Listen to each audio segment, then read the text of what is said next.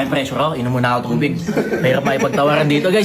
Nasa bahay nila tayo, guys, eh. Pag tumawag tayo na sagad dito, baka di tayo makauwi. So, guys, first unit, done deal. So, punta naman tayo sa second one. Tara! So, guys, papunta na tayo ngayon dun sa pangalawang unit na titignan natin. Medyo masikip yung kalsada. Yeah, let's go. Long time, ah. Ano ulit? Nakapalo ako ngayon. Ano ulit first name mo, brother? Hernan. Si Bro Hernan, nakabili na sa atin before to ng... Boss, binibenta sila. Ako naman yung bibili sa kanila ngayon. So, boss, syempre, Mustang to. Ford Mustang. What year model, boss? 2018. 2018 Ford Mustang. 2019 acquired, no? Oh. So, ito guys, yung mga Mustang na to, digital gauge na to. Makinis naman to. Color Oxford white na, boss. Original paint naman to. Original yan. Wala namang mga na-repaint, na-retouch, Wala. nabangga, boss. Wala. Naka-mags na rin. Tapos naka-body kits. So, Shelby na to, bro. Shelby kits, bumper. Tapos may black racing stripe with red. Naka-Brembo brakes na din, guys. 5.0. Makinis, boss.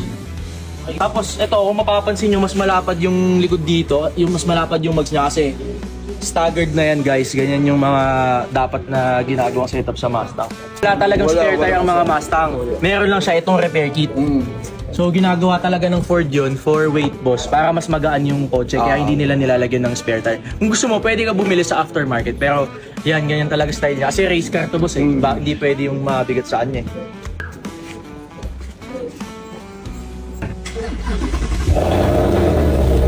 Naka-full exhaust na to. So, ganun buo din yung tunog niya, guys. Tapos, naka-carbon na din yung dito niya, boss, no?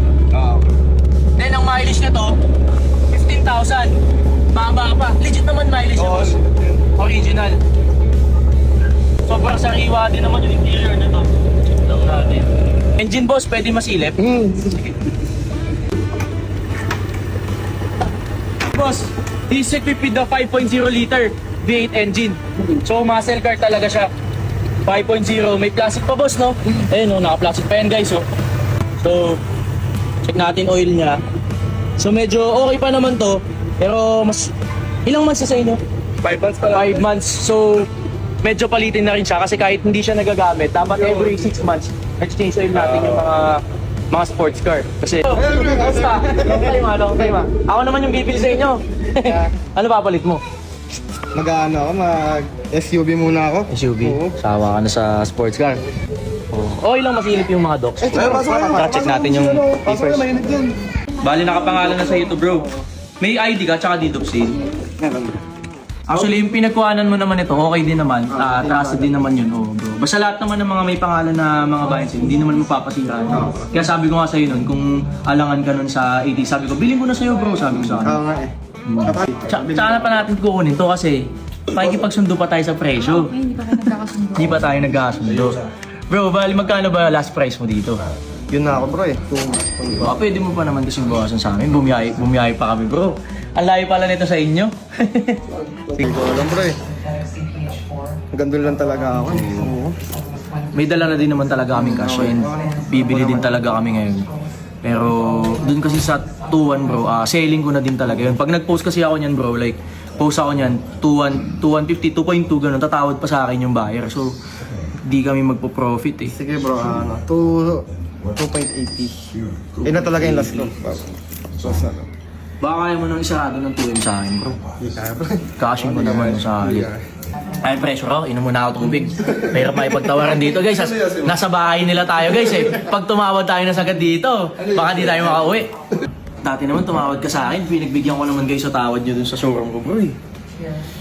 Bigyan mo na, bro. 2M.